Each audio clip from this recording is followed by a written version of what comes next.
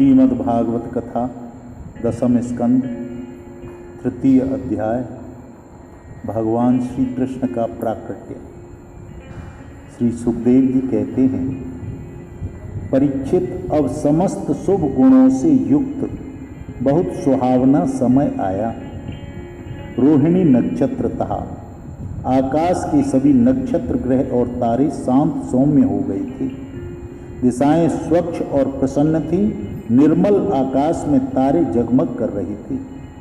पृथ्वी के बड़े बड़े नगर, छोटे छोटे गांव, अहीरों की बस्तियां और हीरे आदि की खानें मंगलमय हो रही थीं।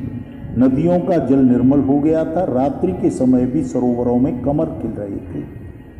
वन में वृक्षों की पंक्तियां रंग बिरंगे पुष्पों के गुच्छों से लद गई थीं। कहीं पक्षी चहक रहे थे तो कहीं भौरे गुनगुना रहे थे। उस समय परम पवित्र और शीतल मंद सुगंध वायु अपने स्पर्श से लोगों को सुख दान करती हुई बह रही थी। ब्राह्मणों के अग्निहोत्र की कभी न बुझने वाली अग्नियां, जो कंस के अत्याचार से बुझ गई थीं, वे इस समय स्वयं अपने आप जल उठी। संत पुरुष पहले से ही चाहते थे कि असुरों की बढ़ती न होने पाए। अब उनका मन सहसा प्रसन्नता से भर गया। इस समय भगवान के आविर्भाव का अवसर आया। स्वर्ग में देवताओं की दुंदुबियां अपने आप बज उठी। किन्नर गंधर्व मधुर स्वर में गायन करने लगे। सिद्ध चारण भगवान के मंगल गुणों की स्तुति करने लगे। विद्याधरियां अप्सराओं के साथ नाचने लगी। बड़े बड़े देवता और ऋषि मुनि आनंद से भरकर पुष्पों की वर्षा करने लगे। जल से भरे हुए बादल समुद्र के पास जाकर धीरे धीरे गर्जना करने लगे। जन्म मृत्यु के चक्र से छुड़ाने वाली जनार्दन के अवतार का समय था। निशीत, चारों ओर अंधकार का साम्राज्य था। उसी समय सबके हृदय में विराजमान भगवान विष्णु देव रूपिणी वेद देवकी के गर्भ से प्रकट हुए। जैसे पूर्व दिशा में 16 कलाओं से पूर्ण चंद्रमा का उदय हो गया हो। वसुदेव जी ने देखा, उनके सामने एक अद्भुत बालक है। उसके नेत्र कमल के समान कोमल और विशाल हैं। 4 भुजाओं में हाथ, शंख, चक्र, गदा, पद्म लिए हुए हैं। वक्ष स्थल पर श्रीवत्स का चिन्ह, अत्यंत सुवर्णमयी रेखा गले में कौस्तुभ मणि झिलमिल कर रही है। वर्षाकालीन मेघ के समान परम सुंदर श्यामल शरीर पर मनोहर पीतांबर फहरा रहा है। बहुमूल्य वैदूर्य मणि के किरीट और कुंडल की कांति से सुंदर सुंदर घुंघराले बाल सूर्य की किरणों के समान चमक रहे हैं। कमर में चमचमाती करधनी की लड़ियां लटक रही हैं। बाहों में बाजूबंद, कलाइयों में कंकड़ शोभायमान हो रहे हैं। इन सब आभूषणों से सुशोभित वह बालक के अंग अंग से अनोखी छटा छिटक रही है। जब वसुदेव जी ने देखा कि मेरे पुत्र के रूप में तो स्वयं भगवान प्रकट हुए हैं, तब पहले तो उन्हें असीम आश्चर्य हुआ, फिर आनंद से उनकी आंखें खिल उठी। उनका रोम रोम परमानंद में मग्न हो गया। श्री कृष्ण का जन्मोत्सव मनाने की उतावली में उन्होंने उसी समय ब्राह्मणों के लिए 10,000 गायों का संकल्प कर दिया। हे परीक्षित, भगवान श्री कृष्ण अपनी अंग कांति से सूतिका ग्रह को जगमग कर रहे थे। जब वसुदेव जी को यह निश्चय हो गया कि ये तो परम पुरुष परमात्मा हैं, तब भगवान का प्रभाव जान लेने के बाद उनका सारा भय जाता रहा। अपनी बुद्धि स्थिर करके उन्होंने भगवान के चरणों में अपना सिर झुका लिया और हाथ जोड़कर उनकी इस प्रकार स्तुति करने लगे। हे प्रभु, मैं समझ गया, आप प्रकृति से अतीत साक्षात पुरुषोत्तम हैं। आपका स्वरूप है केवल अनुभव, केवल आनंद। आप समस्त बुद्धियों के एकमात्र साक्षी हैं। आप ही सर्ग के आदि में प्रकृति के इस त्रिगुणात्मक सृष्टि करते हैं, फिर उसमें प्रविष्ट न होने पर भी आप प्रविष्ट के समान जान पड़ते हैं। जैसे जब तक महतत्व आदि कारण पृथक पृथक रहते हैं, तब तक उनकी शक्ति भी पृथक पृथक होती है। जब वे इंद्रियां 16 विकारों के साथ मिलते हैं, तभी इस ब्रह्मांड की रचना करते हैं और इसे उत्पन्न करके इसी में अनप्रविष्ट से जान पड़ते हैं। परंतु सच्ची बात तो यह है कि वे किसी भी पदार्थ में प्रवेश करते ही नहीं हैं। ऐसा होने का कारण यह है कि उनसे बनी हुई जो भी वस्तु है, उसमें वे पहले से ही विद्यमान रहते हैं। ठीक वैसे ही बुद्धि के द्वारा केवल गुणों के लक्षणों का ही अनुमान किया जाता है और इंद्रियों के द्वारा केवल गुणमय विषयों का ही ग्रहण होता है। यद्यपि आप उसमें रहते हैं, फिर भी उन गुणों से ग्रहण से आपका ग्रहण नहीं होता। इसका कारण यह है कि आप सब कुछ हैं, सबके अंतर्यामी हैं, परमार्थ सत्य आत्मस्वरूप हैं। गुणों का आवरण आपको ढक नहीं सकता, इसलिए आप में न बाहर है और न भीतर। फिर आप किसमें प्रवेश करेंगे? इसलिए प्रवेश न करने पर भी आप प्रवेश किए हुए समान दिखाई देते हैं।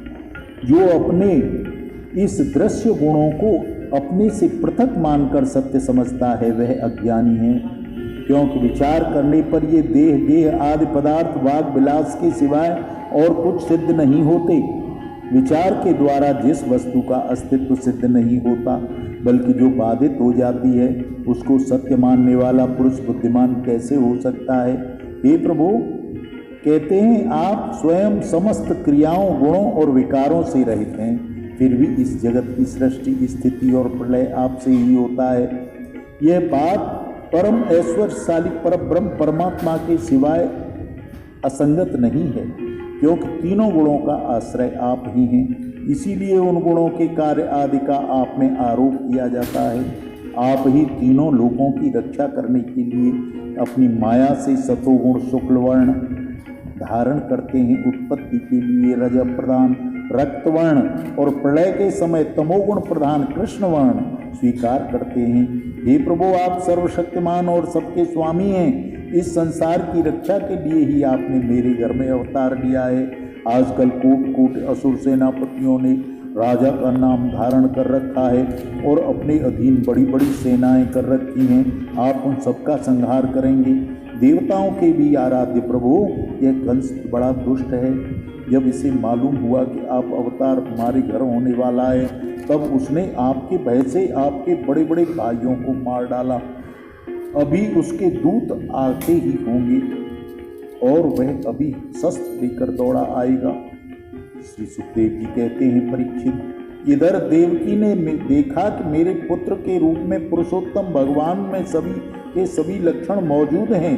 पहले तो उन्हें कंस से कुछ भय मालूम हुआ, फिर वे बड़े पवित्र भाव से मुस्कुराती हुई इस प्रकार स्तुति करने लगी।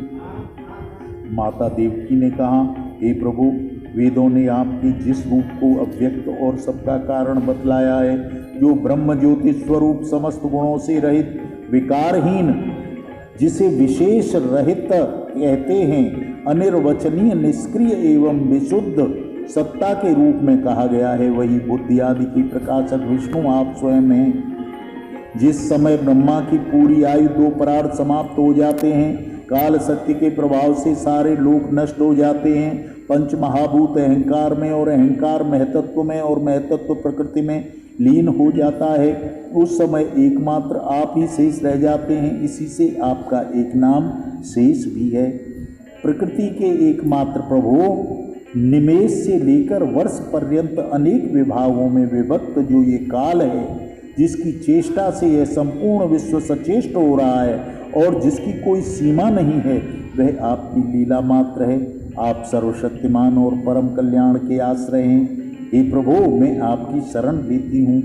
यह जीव मृत्युग्रस्त हो रहा है, यह मृत्यु रूप कराल ब्याल से भयभीत होकर संपूर्ण लोकांतरों में भटक रहा है, परंतु इसे कभी ऐसा नहीं स्थान मिला जहाँ निर्भय होकर रहे। आज बड़े भाग्य से आपकी इन चरणार बिंदों की शरण मिल गई है। अब यह स्वस्थ होकर सुख की नींद सो रहा है। औरों की तो बात क्या है, स्वयं मृत्यु भी इसे भयभीत होकर भाग गई है। हे प्रभु, आप ही भक्त भयहारी हैं। हम लोग इस दुष्ट कंस से बहुत भयभीत हैं, अतः आप हमारी रक्षा कीजिए। आपका यह चतुर्भुज दिव्य स्वरूप ध्यान की वस्तु है। इसे केवल माया में शरीर दृष्टि रखने वाले देह अभिमानी पुरुषों के सामने प्रकट मत कीजिए। हे मधुसूदन, इसी कंस को जब यह बात मालूम हो कि आपका जन्म मेरे गर्भ से हुआ है, मेरा धैर्य टूट रहा है। आपके लिए मैं कंस से बहुत डर रही हूँ। हे विश्वात्मन, आपका यह रूप अलौकिक है। आप शंख चक्र गदा और कमल की शोभा से युक्त अपना यह चतुर्भुज रूप छुपा लीजिए।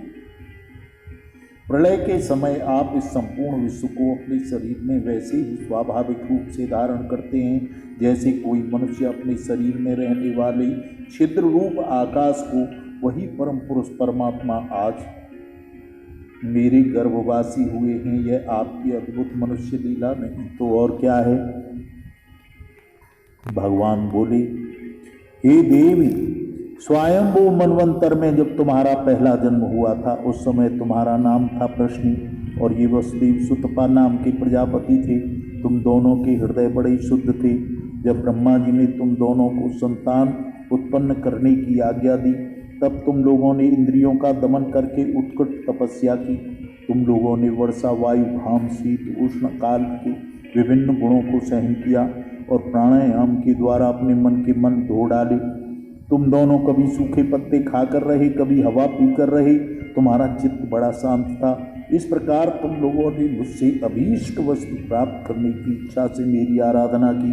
मुझ में चित्त लगाकर ऐसा परम दुष्कर और घोर तप करते करते जब देवताओं के 12,000 वर्ष बीत गई, हे पुण्यमयी देवी, उस समय में तुम्हें दोनों पर प्रसन्न हुआ, क्योंकि तुम दोनों ने तपस्या, श्रद्धा और प्रेममयी भक्ति से अपने हृदय में नित्य निरंतर मेरी भावना की थी। उस समय तुम दोनों की अभिलाषा पूर्ण करने के लिए वर देने वालों में श्रेष्ठ में इसी रूप में तुम्हारे सामने प्रकट हुआ था। मैंने कहा कि तुम्हारी जो इच्छा हो मुझसे वर मांग लो। तब तुम दोनों ने मेरे जैसा पुत्र मांगा। उस समय तक विषय भोगों से तुम लोगों का कोई संबंध नहीं हुआ था, तुम्हारी कोई संतान भी नहीं थी। इसलिए मेरी माया से मोहित होकर तुम दोनों ने मुझसे मोक्ष नहीं मांगा और मेरे जैसा पुत्र होने का वर मांगा। मैं वहाँ से चला गया।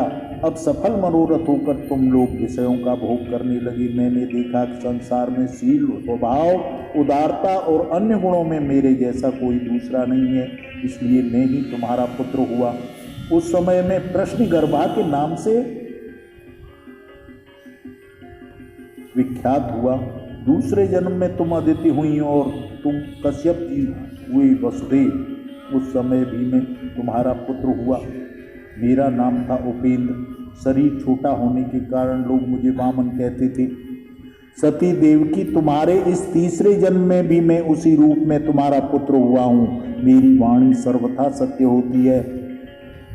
मैंने तुम्हें अपना यह रूप इसलिए दिखला दिया कि तुम्हें पूर्व अवतारों का स्मरण हो जाए। यदि मैं ऐसा नहीं करता तो केवल मनुष्य शरीर से मेरे अवतार की पहचान नहीं हो पाती। तुम दोनों मेरे प्रति पुत्र भाव तथा निरंतर ब्रह्म भाव रखना। इस प्रकार वात्सल्य, स्नेह और चिंतन के द्वारा तुम्हें मेरे परम पद की प्राप्ति होगी। श्री सुखदेव जी कहते हैं, भगवान इतना कहकर चुप हो गए। अब उन्होंने अपनी योग माया से पिता माता के देखते देखते तुरंत ही एक साधारण शिशु का रूप धारण कर लिया। तब वसुदेव जी ने भगवान की प्रेरणा से अपने पुत्र को लेकर सूतिका गृह से बाहर निकलने की इच्छा की। उसी समय नंद पत्नी यशोदा के गर्भ से योग माया का जन्म हुआ, जो भगवान की शक्ति होने के कारण उनके समान ही जन्म रहते हैं। उनकी योग माया ने द्वारपाल और पुरवासियों की समस्त इंद्रिय वृत्तियों की चेतना हरण कर ली। वे सबके सब अचेत होकर सो गई। बंदी गृह के सभी दरवाजे बंद थे। बड़े बड़े किवाड़, लोहे की जंजीरें और ताले जड़े हुए थे। उनसे बाहर जाना बड़ा कठिन था। परंतु वसुदेव जी भगवान श्री कृष्ण को गोद में लेकर ज्यों ही उनके निकट पहुँचे, त्यों ही वे सब दरवाजे अपने आप खुल गए। ठीक उसी प्रकार जैसे सूर्योदय होते ही अंधकार दूर हो जाता है, उस समय बादल धीरे धीरे गरज कर जल की फुहारें छोड़ रहे थे। इसलिए शेष जी अपने फनों से जल को रोकते हुए भगवान के पीछे पीछे चलने लगे। उन दिनों बार बार वर्षा होती रहती थी। इससे यमुना जी बहुत बढ़ गई थी। उनका प्रभाव गहरा और तेज हो गया था। जल तरंगों के कारण जल पर फैन ही फैन हो रहा था। सैकड़ों भयानक भंवर पड़ रहे थे। जैसे सीतापति भगवान राम को समुद्र ने मार्ग दे दिया था, वैसे ही यमुना जी ने भगवान श्री कृष्ण को मार्ग दे दिया। वसुदेव जी ने नंद बाबा के गोकुल में जाकर देखा कि सबके सब गोप नींद से अचेत पड़े हैं। उन्होंने अपने पुत्र को यशोदा की सैया पर सा दिया और उनकी नवजात कन्या लेकर बंदी गृह में लौट आए। जेल में पहुंचकर वसुदेव जी ने कन्या को देवकी की सैया पर सुला दिया और अपने पैरों में बेड़ियां डाल ली तथा पहले की तरह बंदी गृह में बंद हो गई। उधर नंद पत्नी यशोदा को इतना तो मालूम हुआ कि उन्हें कोई संतान हुई है, परंतु वे यह न जान सकी कि पुत्र है या पुत्री, क्योंकि एक तो उन्हें बड़ा परिश्रम हुआ था, दूसरी योग माया ने उन्हें अचेत कर दिया था। बोलिए सच्चिदानंद भगवान की जय। श्री कृष्ण गोविंद हरे मुरारे,